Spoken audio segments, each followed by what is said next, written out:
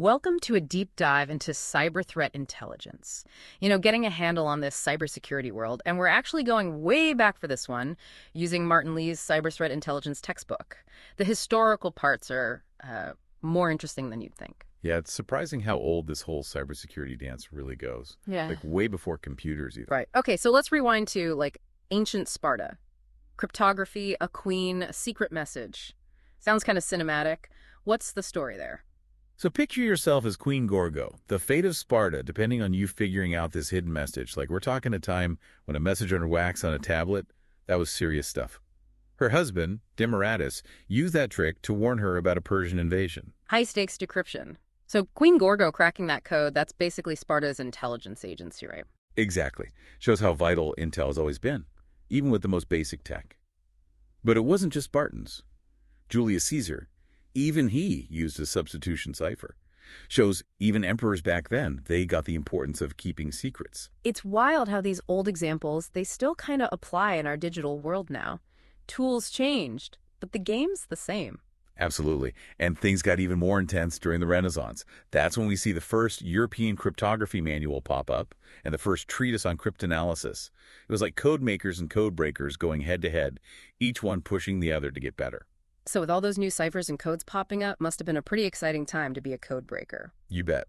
Those skills, cryptography, cryptanalysis, they were powerful, influential. These folks worked for royalty, governments, uncovering secrets that could, change political decisions, expose conspiracies, big stuff. So messages hidden under wax, then bam, elaborate codes and ciphers. Makes you wonder, how did things change when computers came around? Oh, that's when things get really interesting. Computers, then networks in the 20th century. Totally changed the game for intelligence gathering. And, of course, created a whole new set of worries. So, new tech, new kind of spy, like those movie guys in the dark, all over their keyboards. You could say that. This is where we see the rise of cyber warfare, and with it, advanced persistent threats, APTs. APTs. Even the name sounds kind of scary. Who are these guys? Think of them less like lone hackers, more like well-organized groups, funded, often by countries, with their eyes on big prizes. So not just out for a quick buck, then? Nope. Stealing government secrets, maybe disrupting important infrastructure, or getting an edge in global conflicts. And get this, they're patient. Playing the long game, huh? How does that even work digitally? They'll spend months, years even, planning these attacks, sneak into systems, stay hidden, steal data, mess with things from the inside, all while staying invisible. Like a digital Cold War spy story. So new cyber threats, how do we even start to make sense of it all? There's got to be a dictionary for all this cybersecurity jargon, right? You're not wrong. But we can break down some of the big ones. First, what actually is a threat? I mean, is it just these APT groups, or is it a bigger deal? Bigger, yeah. A threat is anything that could hurt your computer systems, your data, could be a malware attack, or even just accidentally clicking a bad link in an email. Wow. So everyday mistakes, those can have big consequences online. Absolutely. Yeah. And then you got natural disasters. Hurricane Sandy, remember? Wrecked physical stuff, sure, but also huge disruptions to networks, data centers, billions in damage. Just showed how fragile our digital world is. A whole different way to think about risk, right? Speaking of which, what is the difference between risk and vulnerability? I always mix those up.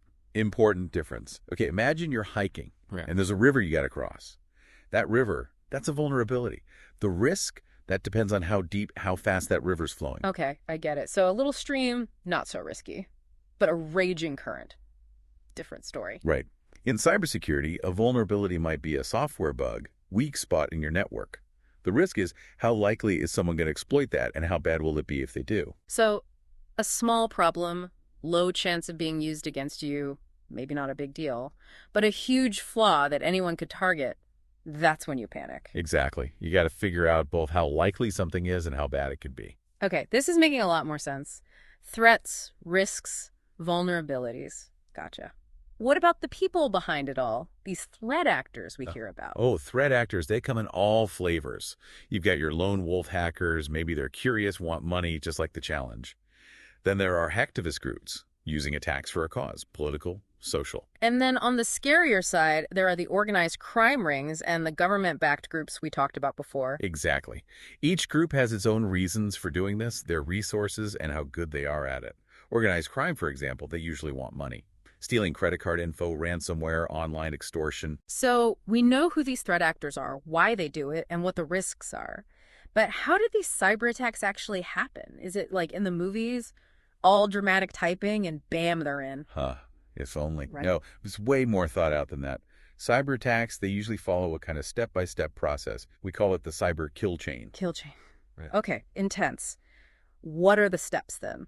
Think of it like a playbook for attackers, yeah? Yeah. Each stage, it's a different phase. Starts with reconnaissance. That's where they're learning about their target, figuring out systems, any weak spots in the network, even who the key people are. It was like digital stalking, basically. Exactly. Yeah. And once they've got enough intel, then it's weaponization.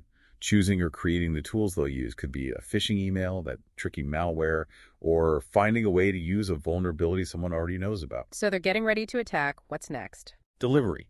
Time to launch the attack. Could be sending that phishing email, putting malware on a site that looks harmless, or using that software vulnerability. Well, let's say they get their attack out there. Does that mean they're in? Mission accomplished? Not so fast. Next comes exploitation. They've got that initial access. Now they need to use it to get a real foothold in the system. They're in, but they need to go deeper. Right. Now, installation. This is where they try to stay hidden for a while. Imagine like a secret back door they set up so they can get in and out whenever they want. Sneaky. But what's the goal here? What are they trying to do once they have that access? That's where command and control come in. They establish a connection to the systems they've compromised. Now they can control the target stuff remotely. Steal data, cause problems, you name it. They're in control. Now it's showtime. You got it. The last stage is actions on objectives. The attacker finally does what they came to do. Maybe it's stealing info, messing up operations, just causing chaos. Wow. It's fascinating and kind of scary how organized these attacks can be. But knowing these steps, the cyber kill chain, that's going to be super useful for protecting ourselves, right? Absolutely. If you understand the kill chain, you can guess what the attacker might do next. And then you can build up your defenses at each stage. Make it as hard as possible for them to get what they want. Like a super high-stakes chess game, you got to think many moves ahead. Now, something I've always wondered about, attribution. How do people figure out who's behind a cyber attack? Attribution. That's the holy grail of cyber threat intelligence.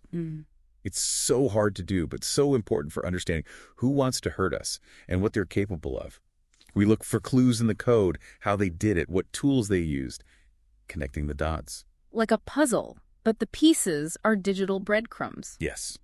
But imagine that puzzle and all the pieces, they're constantly changing shape. Cybercriminals, they're good at covering their tracks. Makes attribution a moving target, believe me. Sounds like there's a lot of uncertainty in this world. Yeah. For regular people like me, not cybersecurity experts, how do we deal with all this? Well, the good news is you don't got to be an expert to be safer. Being aware, that's a big step. Think before you click links, open attachments, good passwords, different for everything, and two-factor authentication whenever you can. Great advice. Before we go, any final thoughts for our listeners? Just this. As you learn more about cyber threats, remember, it's always changing. New tech, that means new weaknesses. And the attackers, they're always finding new ways to use those weaknesses.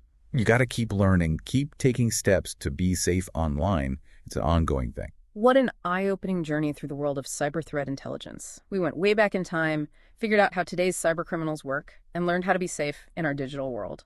Remember, knowledge is power. The more you know about the bad guys, the better prepared you are. Until next time, happy diving.